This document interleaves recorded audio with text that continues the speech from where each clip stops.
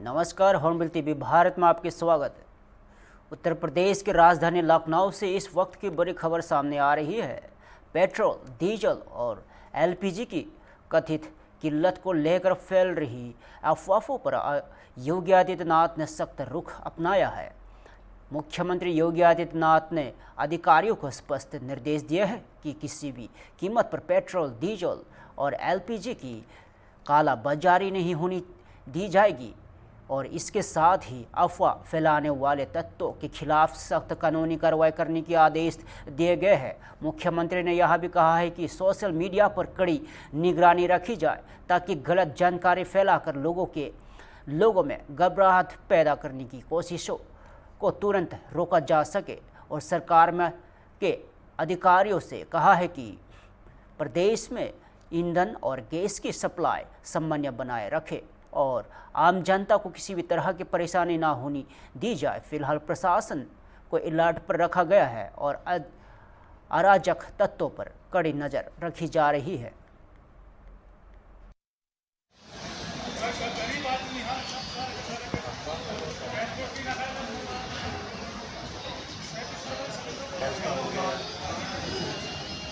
तो आने वाले दिनों में ये दिखा रहे हैं कि अब चूल्हे पे गाना बनेगा। अगर और बड़ा तो खत्म नहीं हो तो ये होता है प्रॉब्लम है। ये वो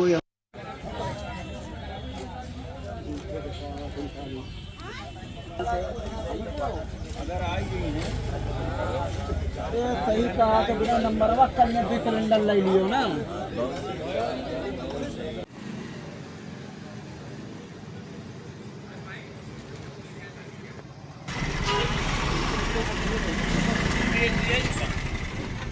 बुक कराया है? हाँ बुक कराएगा भाई। कब बुक कराया? कल का भी नहीं, 3 दिन बाद आइए। 3 दिन बाद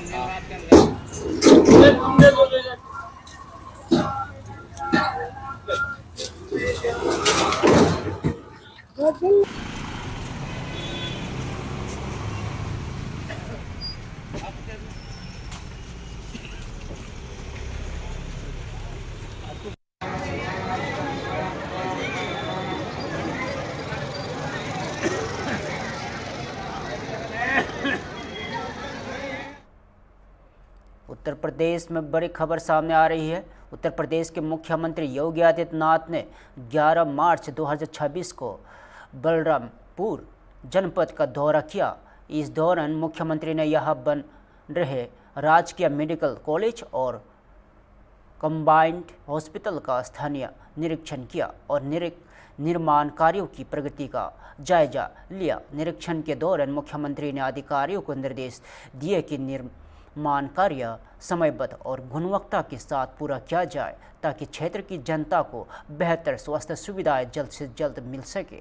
और मुख्यमंत्री ने हॉस्पिटल में उपलब्ध होने वाली सुविधाओं और उपकरणों और मरीजों के लिए व्यवस्थाओं की जानकारी ली और अधिकारियों को स्वास्थ्य सेवाओं को मजबूत करने के लिए आवश्यक कदम उठाने के निर्देश दिए गए। और प्रदेश सरकार का कहना है कि इस मेडिकल कॉलेज के शुरू होने से बलरामपुर और आसपास के जिलों के लोगों को बेहतर इलाज की सुविधाएं मिलेगी और इन्हें बड़े शहरों तक रुख नहीं पड़ेगा।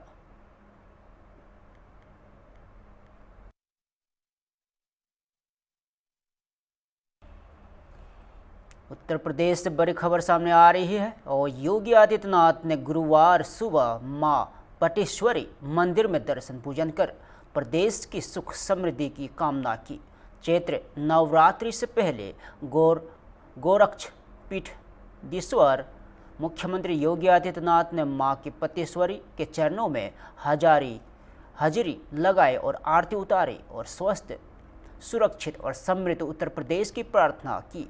और मुख्यमंत्री इन दिनों बलरामपुर के 2 दिवसीय दौरे पर है और बुधवार रात उन्होंने मंदिर परिसर में ही रात्रि विश्राम किया और दर्शन पूजन के बाद मुख्यमंत्री मंदिर परिसर स्थित गौशाला पहुंचे, जहां उन्होंने गौ माता को गुड़ और चारा खिलाया। इस दौरान उन्होंने मंदिर परिसर और गौशाला की व्यवस्थाओं का जायजा भी लिया और मुख्यमंत्री ने नवरात्रि मेले की तैयारियों की भी समीक्षा की और मंदिर में आए श्रद्धालुओं का अभिवादन किया। और इस अवसर पर मंदिर के महंत मिथिलेश नाथ योगी और रविंद्र दास सहित कई जनप्रतिनिधि उपस्थित रहे।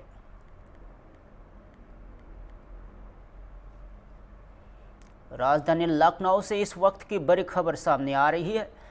गैस की कथित किल्लत और महंगाई को लेकर समाजवादी पार्टी के कार्यकर्ताओं ने हजरतगंज चौराहे पर जोरदार प्रदर्शन किया और प्रदर्शन के दौरान समाजवादी पार्टी कार्यकर्ता अपने हाथों में एलपीजी गैस सिलेंडर लेकर सड़क पर उतरे और सरकार के खिलाफ नारेबाजी की और कार्यकर्ताओं ने आम जनता को गैस की उपलब्धता और बढ़ती कीमतों से हो रही परेशानियों का मुद्दा उठाया। हालांकि प्रदर्शन को देखते हुए मौके पर मौजूद पुलिस ने तत्काल कार्रवाई करते हुए कई कार्यकर्ताओं को हिरासत में लेकर पुलिस वाहनों में बैठा कर इनको गार्डन भेज दिया गया और बताया जा रहा है कि प्रशासन ने एहतियात के तौर पर क्षेत्र में अतिरिक्त पुलिस बल भी तैनात किया है और ताकि किसी प्रकार की अव्यवस्था की स्थिति न बने।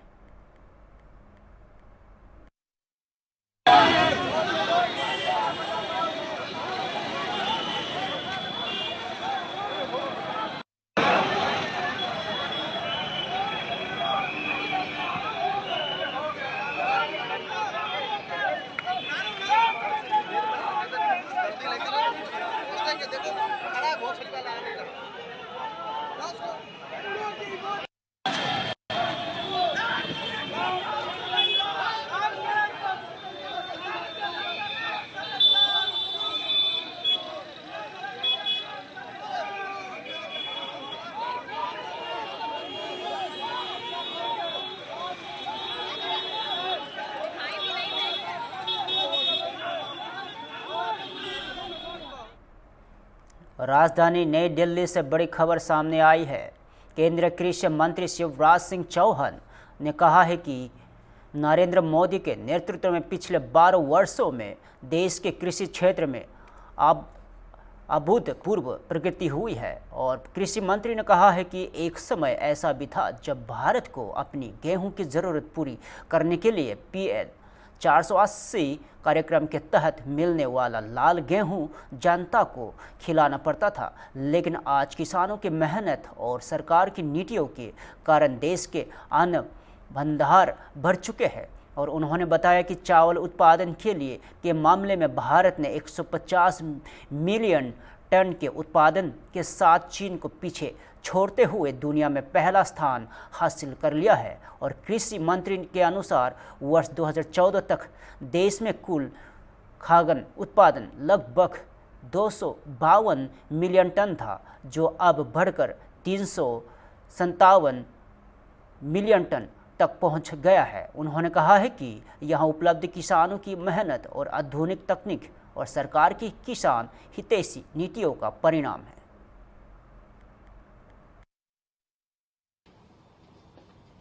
प्रधानमंत्री श्रीमान नरेंद्र मोदी जी के नेतृत्व में पिछले 12 वर्षों में कृषि के क्षेत्र में अभूतपूर्व प्रगति हुई है। हम जानते हैं एक जमाना था तब भारत अपने गेहूं की आवश्यकता के लिए भी PL 480 जैसा लाल गेहूं मंगा के अपने देश की जनता को खिलाता था, लेकिन आज मुझे बताते हुए प्रसन्नता है कि किसानों की मेहनत और सरकार की नीतियों ने देश के अन्न के भंडार भर दिए हैं। चावल के उत्पादन में 150 मिलियन टन के साथ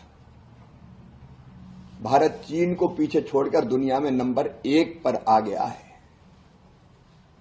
संपूर्ण खाद्यान्न अगर हम देखें तो 2014 तक 252 मिलियन टन उत्पादन था, वह बढ़ के 357 मिलियन टन हो गया है। बागवानी फसलों में भी उत्पादन में अभूतपूर्व वृद्धि हुई है। फलों का, सब्जियों का क्षेत्र, उत्पादन और उत्पादकता तीनों लगातार बढ़ रही है। बागवानी फसलों का उत्पादन 277 मिलियन टन से बढ़कर 369 मिलियन टन हो गया है। दलहन के क्षेत्र में भी लगातार प्रयत्न जारी है। भारत दलहन का सबसे बड़ा उत्पादक और उपभोक्ता दोनों है। हम दुनिया में सबसे ज्यादा उत्पादन करते हैं, लेकिन फिर भी हमें अपनी आवश्यकता के लिए अभी भी बाहर से आयात भी करना पड़ता है। लेकिन लगातार प्रयत्नों के कारण दलहन का और तिलहन का उत्पादन भी बढ़ा है। हमने दालों के उत्पादन को प्रोत्साहित करने के लिए तुअर, मसूर और उड़द की किसान जितनी चाहे उतनी खरीदी करने का भी फैसला किया है। किसान कल्याण के लिए हम लोगों ने संपूर्ण जानकारी के साथ एक ही एआई डिजिटल प्लेटफॉर्म बन जाए भारत विस्तार, और इसलिए उसके प्रथम चरण को भी लॉन्च किया है, जिसमें किसान को सारी जानकारी एक फोन कॉल पर भी उसकी भाषा में देने का काम किया जाएगा। पिछले वर्षों में हमने एमएसपी पर भी गेहूं, धान, कपास, दलहन और तिलहन की रिकॉर्ड खरीदी की है और किसान को सस्ते दामों पर खाद मिलना सुनिश्चित किया है। उर्वरक सब्सिडी, खादों पर सब्सिडी पिछले साल भी 1,86,000 करोड़ रुपए के आसपास थी, और इस बार भी 1,70,000 करोड़ का प्रावधान बजट में किया गया है। कृषि में ऋण का प्रभाव भी, जो कभी 2014 तक लगभग 8,45,000 करोड़ हुआ करता था, श्रीनगर से इस वक्त की बड़ी खबर सामने आ रही है।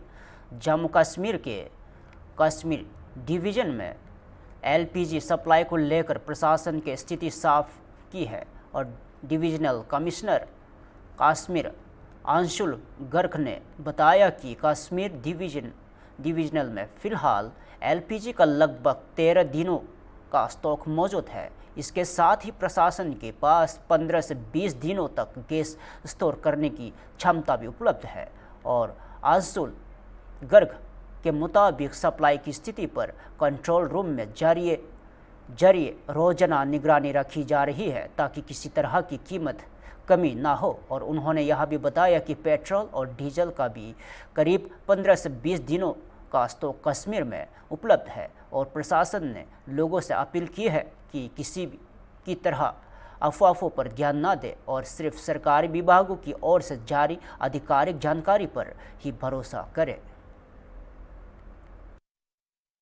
और हमारे भी कंट्रोल रूम से डेली मॉनिटरिंग उसकी होती है। और आज की मैं सप्लाई पोजीशन की बात करूं तो एलपीजी के हवाले से हमारे पास 13 दिन का स्टॉक जो है कश्मीर डिवीजन में एज अ होल अवेलेबल है और हमारे पास स्टोरेज कैपेसिटी तकरीबन 15 से 20 दिन की रहती है। जब हम मैक्सिमम कैपेसिटीज़ पर अगर हम स्टोर करते हैं तब भी, तो मैं कहूँगा काफ़ी कंफर्टेबल पोजीशन इस वक्त एलपीजी की है। और हमारे जो कमिश्नर सेक्रेटरी हैं फूड एंड सिविल सप्लाईज़ के और पूरा डिपार्टमेंट इसको रेगुलरली मॉनिटर करता है। उसके साथ साथ ही एक सिमिलर कंफर्टेबल पोजीशन हमारे पास पेट्रोल और डीजल की भी है और 15 से 20 दिन की सप्लाई उन दोनों कंपोनेंट्स की भी हमारे पास डिवीजन में अवेलेबल है। और मेरी आप लोगों के ज़रिए सभी लोगों से, आवाम से यही अपील रहेगी कि जो भी सप्लाई पोजीशन का स्टेटस है उसके लिए केवल और केवल ऑफिशियल अपडेट्स पर रिलाई करें। जो डिपार्टमेंट के द्वारा इन्फॉर्मेशन दी जा रही है उनकी तरफ से आ रही है उसी के ऊपर रिलाई करें। उसके अलावा किसी किस्म की पैनिक बाइंग की हमें इस वक्त ज़रूरत नहीं है। गवर्नमेंट ऑफ इंडिया की और गवर्नमेंट ऑफ J&K दोनों की काफ़ी क्लोज वॉच इस पोजीशन पर है और अगर ऐसा कुछ सिचुएशन या कुछ डिसीजंस होते हैं तो गवर्नमेंट की तरफ से ऑफिशियली लोगों तक पहुंचाई जाए।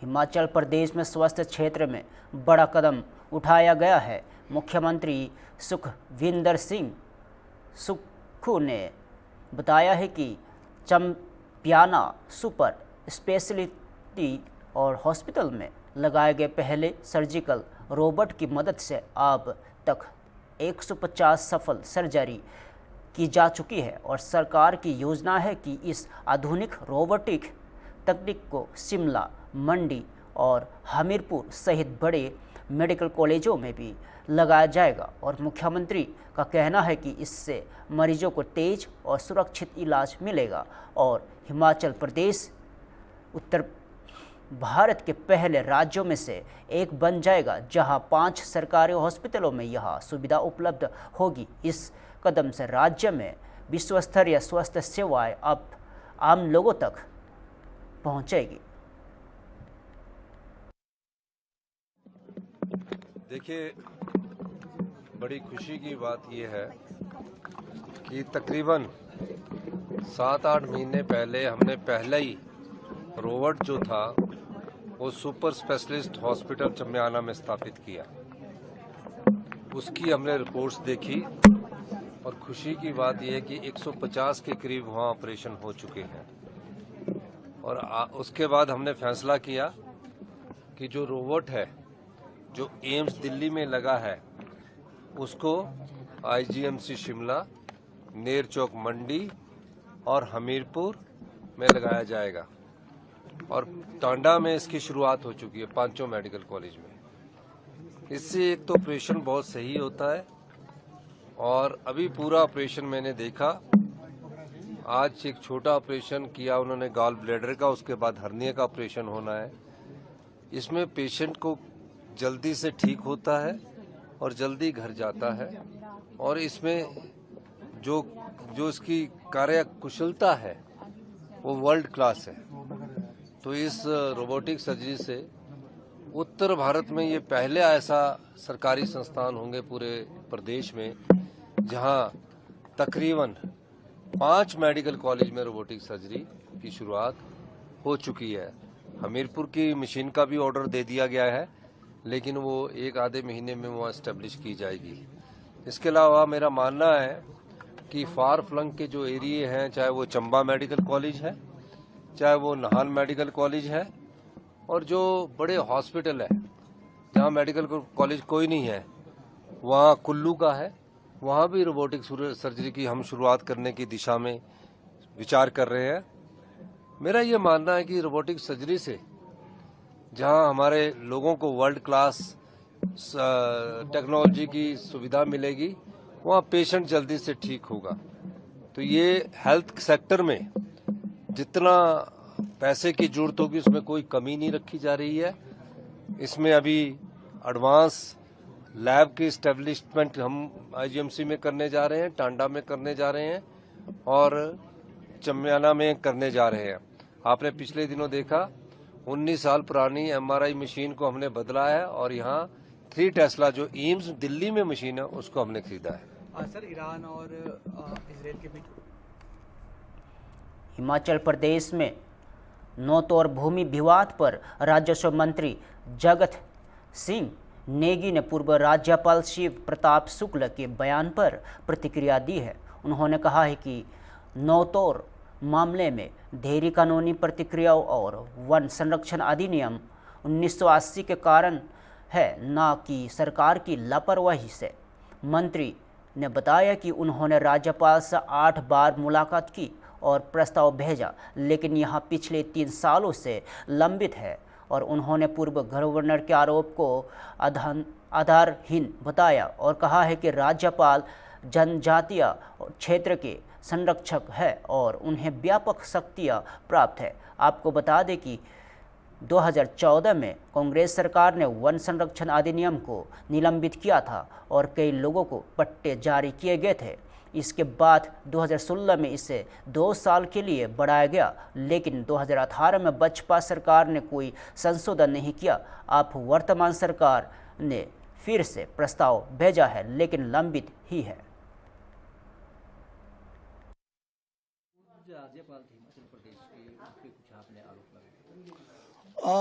आरोप तो नहीं, जो उन्होंने एक टिप्पणी की जाते जाते एक प्रेस कॉन्फ्रेंस किया और विशेषकर उन्होंने नौतोड़ के मामले के बारे में कहा, तो मुझे लगा कि जनता के अंदर ये बात जानी चाहिए कि एक्चुअल बात क्या थी।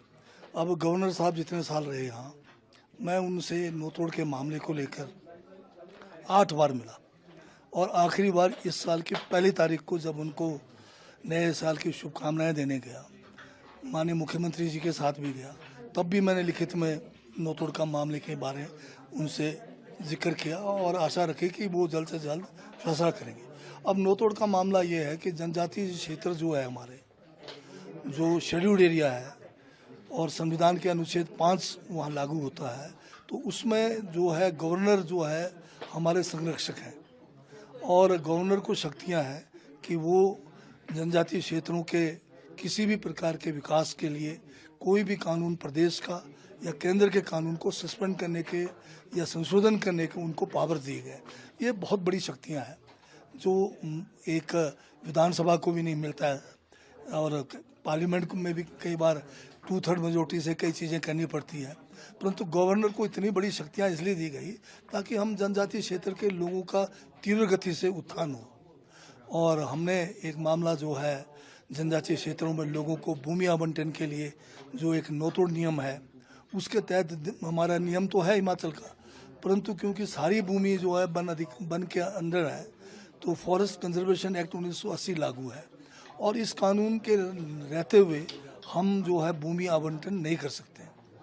हमने फिर जो है 2014 में जब कांग्रेस की सरकार थी, पहली मर्तबा हमने ये जो है फॉरेस्ट कंजर्वेशन एक्ट 1980 को निलंबित करने के लिए गवर्नर साहब से जो है कैबिनेट का प्रस्ताव पास करके भेजा था, जनजातीय सलाहकार परिषद से भी भेजा था और उस समय के गवर्नर ने उसको कर दिया और उसका नतीजा ये हुआ कि जो फॉरेस्ट कंजर्वेशन एक्ट 1980 केंद्र का कानून है, बहुत सख्त कानून है जिसमें 1 इंच भूमि बगैर केंद्र के परमिशन के नहीं हो सकते, वो कानून ही रद्द कर दिया। तो हमारे को नोतोड़ देने का मामला जो है सरल हो गया। हमने जो है हज़ारों केस नोतोड़ के स्वीकृति के लिए ज्वाइंट इंस्पेक्शन किए, कई सौ लोगों को जो है पट्टे दिए नोतोड़ के तहत, तो ये बहुत बड़ा कानून था। फिर उसको जो है थोड़ा समय उसमें जो है, क्योंकि ये पूरा हिमाचल में कोई 20,000 से ज़्यादा केस थे, तो उन केसों को प्रोसेस करने में समय लगा और फिर 16 में फिर दोबारा से इसको 2 साल के लिए और बढ़ाया गया। उस समय के गवर्नर भी थे, उन्होंने भी बढ़ाया। फिर जो है बाद में फिर बीजेपी की 5 साल की सरकार आई, तो ये कानून जो है 18 तक था। 18 में एक भी केस बीजेपी की सरकार में स्वीकृत नहीं कराया, जबकि कानून संशोधन हो चुका था। वो काम था उस समय की सरकार का, गवर्नर साहब का नहीं था उसमें, परंतु फिर इन्होंने जानबूझ के ये बीजेपी की सरकार ने किया नहीं। तो हमें जो है फिर अब जैसी हमारी सरकार बनी 2023 में, हमने दोबारा से जो संविधान के अनुच्छेद 5 के तहत गवर्नर महोदय को जो है कैबिनेट से प्रस्ताव भेजा, जनजातीय सलाहकार परिषद से प्रस्ताव भेजा और ये मामला लगातार पिछले 3 सालों से लटका रहा। गवर्नर साहब समय समय पे कुछ जानकारियां मांगते रहे, वो प्रेषित करते रहे और जब क्या कहते हैं मैं 8वीं बार अभी मिला, तो उस समय भी उम्मीद थी कि 1 तारीख का दिन था, नया साल था, मुबारकबाद के लिए गया। उन्होंने कहा हो जाएगा, परंतु जाते जाते ये कह गए, अगर नहीं हुआ कुछ ना बोल के भी जाते, पर वो एक टिप्पणी करके गए कि नोतोड़ इसलिए लटका रहा क्योंकि हिमाचल की सरकार ने जो है जो वांछित सूचनाएं वो नहीं दी। ये बिल्कुल सरासर गलत है, गैर जिम्मेदाराना जो है इनका वक्तव्य है और साथ में ये भी कह के गए कि यहाँ पर वर्क कल्चर ही नहीं है। तो अपना वर्क कल्चर तो बताइए क्या था आपका? 3 साल से आप एक इतने मतलब अहम मुद्दे पर जो है कोई फैसला नहीं कर पाए और उसका भी जाते जाते जो है हमारे ऊपर जो है इल्ज़ाम लगा के गए, आप इल्ज़ाम लगा के गए। हमने तो कहा कि कोई सूचना ज़रूरत ही नहीं थी, हर सूचना आपके पास है, फाइल आपके पास है, आप गवर्नर है, जब चाहे आप आपकी कोई हिम्मत किसी अधिकारी की आप मंगाएं और वो ना आए। तो ये कहना बिल्कुल गलत है। अगर ये फैसला टाइम से हुआ होता, अगर आज हम ज़मीनें दिया होता तो लोगों के पास फिलहाल के लिए इतना ही। ताज़ा खबर देखते रहिए हम टीवी भारत।